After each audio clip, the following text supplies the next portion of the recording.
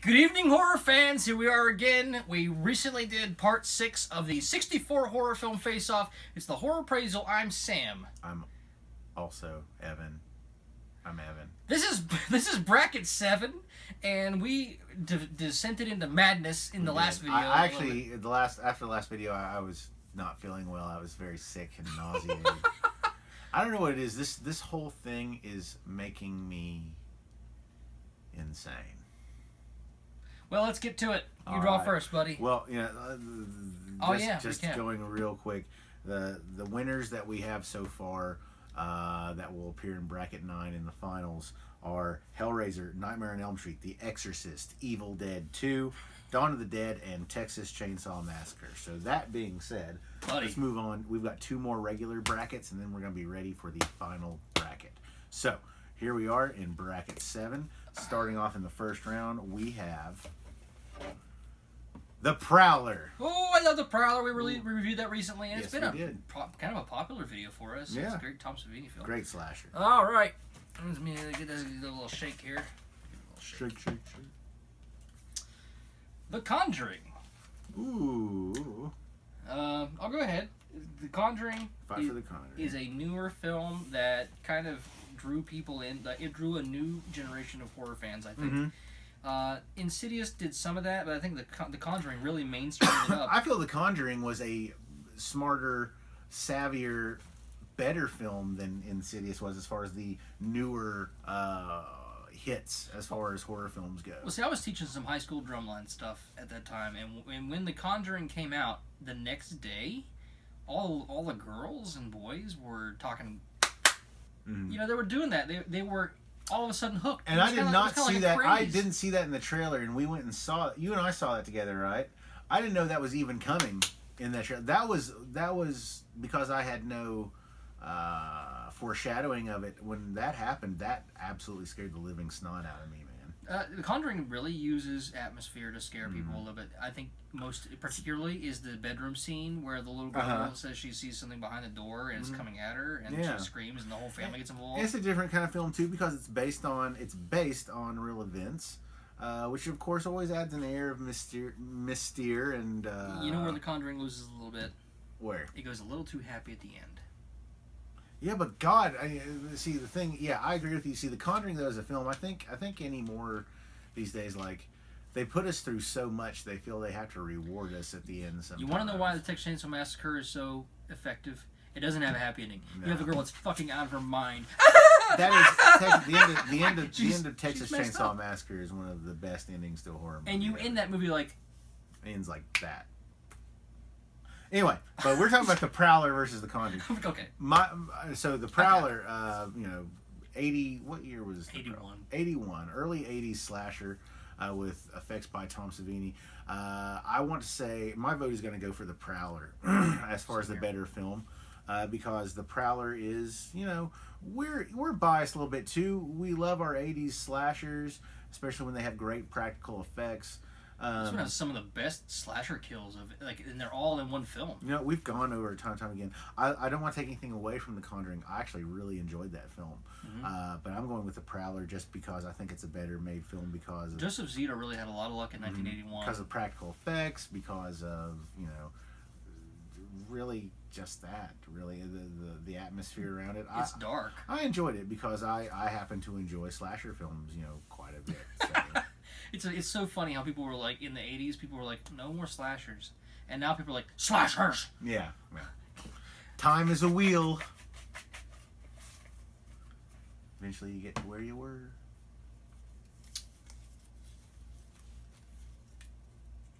Alien.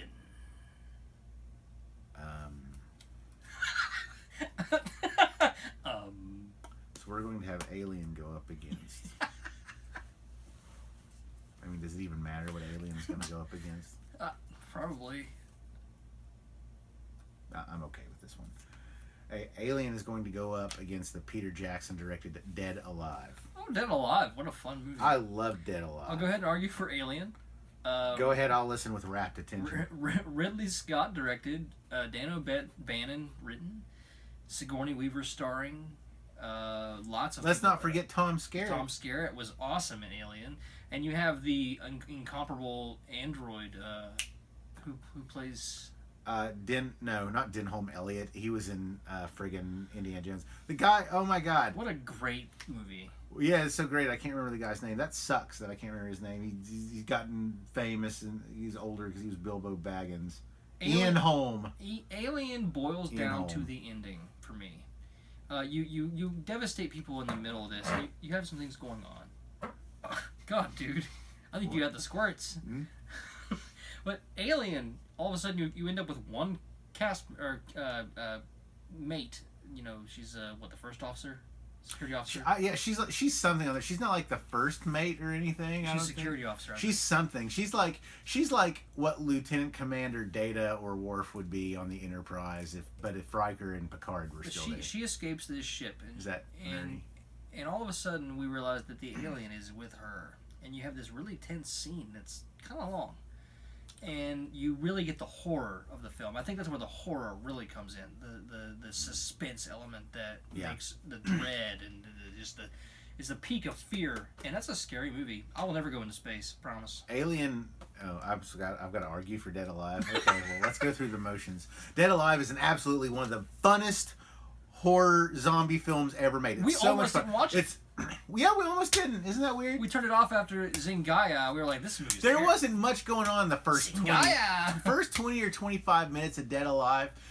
It's kind of boring and it's just like this is so freaking goofy. And then the grandmother's like, "Ugh." and then it gets absolutely incredible and visceral and it's disgusting. one of the most violent movies After of that, all time. like the last hour of the film is absolutely one of the most nonstop things ever. It's just a death fest. It's awesome. You know, you've got that great scene that people have lampooned and talked about where he's going through the hallway with the lawnmower strapped to his chest. You know, really, it's like he's like a New Zealand Bruce Campbell in a way. It's the way he deals with the dead people. But you know, but Dead Alive. Let's not take anything away from Dead Alive. Okay, just because we might think something's a better film. Dead Alive had awesome effects that people worked very hard on. Effects, probably as much as Nightbreed, because you've got this room easily. It's a ballroom full of dead bodies and blood and nastiness and relevant effects. I want to say that we're not actually doing Dead Alive justice here. Talking about it, yeah, surely to God, you guys have seen. The more I think about it, the more I think it's a really fair fight. Like, well, no. I think they're totally different. I mean, yeah, they do different things for their genres. That's true. My vote is going to go for Alien. I do think Alien is a better film than Dead Alive, because Alien is absolutely one of the best horror films ever made. It creates a culture. Everything on the Nostromo is functional. That movie, like everything has its place and purpose. 1979, man. The movie is actually also very scary. That movie actually makes me believe that they are in space and they're landing on another planet and that this creature is in their ship. I mean, I've said it time and time again. That movie's a perfect horror movie that blends wonderful with sci-fi because it's a ship in space with, you know, a creature in it, and they're completely isolated from everything and everybody. It's not any different from being in a castle on top of a mountain with a creature. And well, let's face it. I mean, the xenomorph is one of the most. It was one of the most original things ever created on film. You know, helped developed by H.R. Geiger. You know, those sets. My favorite set piece from Alien is if I ever like have billions of dollars that, you know, and I don't ever worry about anything. I want there to be just a big room. Like when you walk into my house, it's just like when they go in and they find the space jockey, and I want that. Oh, yeah. I want that recreated perfectly. Like the Turkish one sheet for Alien. Yeah, with that mummified space jockey with the big hole in its chest cavity. I want that is absolutely, you know, one of my favorite things in a movie. Alien is such a good film that it's kind of hard to even say anything about it. Alien is one of the perfect films. With Alien, you pretty much just when somebody asks, like, you know, well, what's good about it, you pretty much just like check it out. Mm-hmm. Moving on, Alien 1, it'll be facing off against something. Yeah. Am I drawing or you? You drew first. No, it's seven. It's odds. I drew first, then you drew first. Now I draw first. Okay, you say so. No, you draw first. Sorry. Okay. It's odds. Okay. My apologies. Ha. Maniac. Oh, we just did a review on We this. just did a review for Maniac. Oh. Well, Maniac is one of the greatest slashers ever. It's probably my top 5 slashers.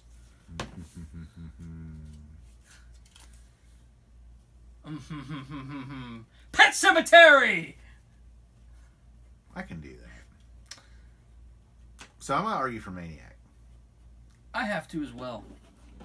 I like how we had this format of how, see, now you get that movie and you argue for that movie like it's it's the one you want to win. And that was the whole idea behind it, but like neither of us have been able to follow that. We have to be honest. Yeah. Go ahead. Okay, so Argue for Maniac. we just, you know what? See our review for Maniac. It's our most recent review. Yeah, that went up a couple of weeks ago or whatever it was. Great film.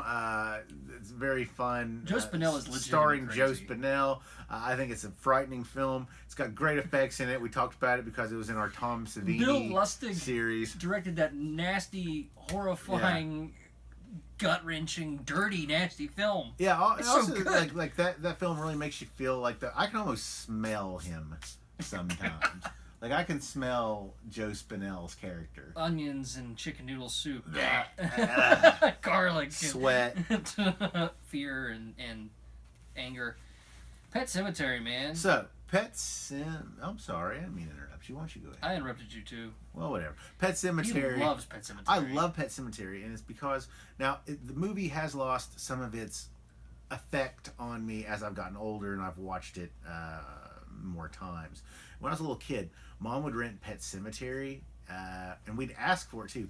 It actually scared me so bad I'd have not. It was the first Pet Cemetery was one of the films that scared me so bad I'd have constant nightmares. Imminent nightmares. I did. I couldn't sleep. I cried. I was terrified. I was terrified of Zelda, the sister with spinal meningitis. And I'm sorry. Actually, I watched that again, and that still does something to me. I still feel something more than like if I watch a film like Hellraiser, because I can remember so vividly being more afraid of Pet Cemetery than almost any other film. I think you can actually compare Zelda. Oh God, your butt is leaking terrible. I don't know what you're talking about. I just leaned in the chair. The chair's weak. I think you can very, very vividly compare Frank and Zelda. They're Frank creeping across the floor. He's just arrived back from hell, and you have Zelda who's getting ready probably to go to hell. That's true. Scary. But, Pet Cemetery is... The scary thing about Pet Cemetery is, it's such a breakdown of a man's sanity and what he'll do to keep his family together if it was possible to have, this power. He's a very humanizing. He's a... It humanizes. It's a humanizing film because anybody would do that. Like... And it's easy to look at it and be like, I wouldn't fucking do that. And dig up your dead son and bury him and so he'll come back. And the thing is, he actually rationed it. He rationalized like what he would do if his son wasn't, what he wanted when it came back. He's like, I'll put him down again, and I can do that. Sure. And the thing is, the book actually does. I know we're just talking about films, but the book does a great job. Stephen King's original work about how Louis Creed is rationalizing how he'll do everything. He said, well, we'll just move to Florida and I'll stay there with him for a while, and then I'll send for my wife and daughter and I'll make sure he's okay before. Like, that's actually what shows you how insane Louis has become at this point, is because of how clearly he's thinking about it. So let me say, all of this is beaten out by the insanity and believability of Joe Spinell in Maniac. Well, I think they're two completely. They are two completely different films, but Joe Spinell goes full. I'm going to say I think that Maniac is the better film because I think also Maniac did more with less. It had a effects budget of $5,000. It didn't have a name attached to it like Stephen King. Mm-hmm. Tom Savini wasn't a household name yet. He had only done Friday the 13th and Dawn of the Dead and a couple other small films. He did Martin, which nobody knew about Martin back then. But yeah, I'd love to see a Blu-ray release of Martin, by the way. Yeah. George Romero's vampire film that so many of you probably might not have seen. John Amplos's and that's not supposed to sound snobbish or anything, but you should try to check that out. Wow, that matchup is so. Yeah, I already thought. We'll get to it. All right. Yeah. Anyway, on to the next one. So I chose. Now it's your me turn. choose. Yeah. We got very few films left in this. Yeah, we've only got one more regular bracket. After I pull this, there should only be 8 films left in this bucket. We have not touched this bucket. No. It's just been sitting here collecting dog hair. No, there should be 8 after I pick one. Oh, yes. Okay.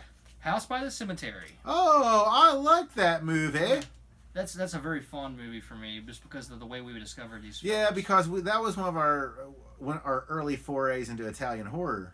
It was. I misspelled cemetery just now, but once we saw the cleared cases for Diamond Entertainment, we were like, we need to buy all these now. Yeah, these are like $7. These are amazing films because Seven Doors of Death, The Beyond. Yeah, Seven Doors of Death was the release of the. It was the first movie. Pieces. Pieces. Seven Doors of Death. City Living Dead. House by the Cemetery. All those movies, really. Boy, I can still remember 15 Except years Pieces ago. is Mexican. I can remember 15 years. Pieces is Mexican. Spanish or Mexican? No, I think it's Spanish. Spanish. Yeah, but well, whatever. But that's so much. We had some good times in college. We had some awesome horror movie nights. Lots of Budweiser too. We were, not me. I'm sober as a judge. What are we going up against with House of Pieces. Sweet. That's funny. Boy, that's actually kind of hard. I know what I'm going to argue for. You do? I mean, I have to say... You're going to argue for Pieces? Yes. I have to talk about House by the Cemetery, and I do love House by the Cemetery. I haven't made up my mind yet. Dr. Freudenstein, or whatever his name is. Dr. Freudenstein. Is that his name? I don't effing remember. It was stupid. House by the Cemetery. That's a great ghost film, too. It is comedic because of the dubbing of the little boy. It's not supposed to be comedic. The dubbing of the little boy... Mommy, you got like this Italian dubbing. It's they try to think about Italian dubbing is rather. They try to think about how Americans would speak, and they do it with Italian actors who speak English, and it's not. And it's usually pretty comical. It's funny. Yeah. Oh yes. Oh, I see. Fantastic. Yeah. Fantastic. We don't say that in America. We don't talk like that. We don't talk like that. We don't talk like that. America. But House by the Cemetery is scary and creepy, and this killer who did experiments on people. Cries like a baby, like he whines, like when he's like walking around and stuff, and that's really scary. It actually is really scary. I'll say this movie is kind of confusing because you have like a painting. It has an ambiguous ending too. This kid is looking at a painting and kind of gets possessed. Is that kind of gets drawn into? There's part of that in House by the Cemetery, but more of what I keep in my mind is, the creature, the throat slashing, dude. Yeah, that, and also too. I like the ending of House by the Cemetery, even though it's a little ambiguous. Does the kid end up in a painting? No. He gets pulled in. You have to wonder: does the child die at the end? You're kind of like left with that. Honestly, to me, House by the Cemetery feels like it's more of the pure Lucio Fulci film. Yeah. In Zombie 2, Fulci surrounded himself with a great cinematographer, great effects. I feel like House by the Cemetery, Fulci was more to himself, more on his own. And you get a grittier film that's not as polished because that wasn't Fulci's thing. Mm-hmm. And I feel like you get the Fulci film when you look at House by the Cemetery. Yeah. So, Pieces. Pieces is an awesome movie it's about a guy who is basically making a woman, right? He's making a woman out of other women. Yeah. He's out of pieces of other women. He's making, what is it, his mom? No, he's reconstructing the puzzle that his mom threw away. Yeah, that's what he's doing. He hacked up his mother with an axe because his mom told him he was nasty. The beginning of this movie is so crazy. It begins with matricide, and it doesn't stop from there. This is actually now. If you were to ask me 10 times, "Hey Evan, do you want to watch House by the Cemetery or Pieces?" I think 9 out of 10 times I'm gonna say Pieces. Pieces is an entertaining film. There's some great kills in this movie. It really is, and you know what? It's got some just awesome effects in it too. I gotta tell you one thing that if you don't mention it, I'll cover it. So the scene where the chick is in the bathroom stall. Okay, I figured. And that chainsaw, this isn't something fake. This is real. They had her stand somewhere and they put a chainsaw through the door. It goes it looks. It's right here. It was like an illusion with the camera, and she's actually a little farther away from it. Fine, but it doesn't matter. It looks so good. It looks like they could have taken half of her face off. Filming this. A guy is standing on the other side of a door with a chainsaw that when you hit metal or wood, it can slide and then penetrate. Slide. I mean, if you've ever used a saw, you know that sometimes when you're trying to penetrate, it will slide off. I don't mean to put you on the spot because I don't remember either. Then, when she dies, They use a pig torso below her torso, yeah. and they cut a real pig torso in half. It's awesome. It was awesome. Who directed Pieces? A Spanish. I really think he's a Mexican director. Like, I don't know if it was Mexican or Spanish. I can't remember his name. Spanish. I apologize. I think it's more European. I haven't seen anything else from this guy. It's a black glove killer in this. Yeah. Pieces. Before we go too far, I mean, that's my vote. Pieces. My vote also gets Pieces, or my Pieces also gets my vote. Sorry, long day. All right. Well, we've reached the semifinals of Bracket 7. So we're going to have the films, and this is kind of a weird matchup. Like, when I saw that's how it was going to be, we have The Prowler, which we did in our Tom Savini series lineup, review, versus Maniac, which in our Tom Savini series review. And honestly, I always associate these two movies kind of as brother movies. Yes, because in it's my got mind. 1980, 1981. And it's like Tom Savini went from one to the next, and he polished himself. And they're also lesser known, in many circles, lesser known slashers that incorporate, really good effects and kind of have a similar, ambiance. Let me just say, I love The Prowler a lot. The ambiance, the story. It's a guy coming back from war, and he gets dumped by his wife and by his girlfriend in a letter, and he enacts revenge on her. So they don't have a prom for a long time, but then they do. They decide, and he comes back and kills everybody, and he looks like a wraith. He looks like death. I really like the look of the killer in The Prowler. That's what I always like is how his appearance. It's got a great head explosion. It does. One of the best kills of all time. It does. Maniac does better. Yeah. It's a better head explosion. Well, but also too, is it more fair to say that Maniac and The Prowler really don't have a lot of common? They don't have much common.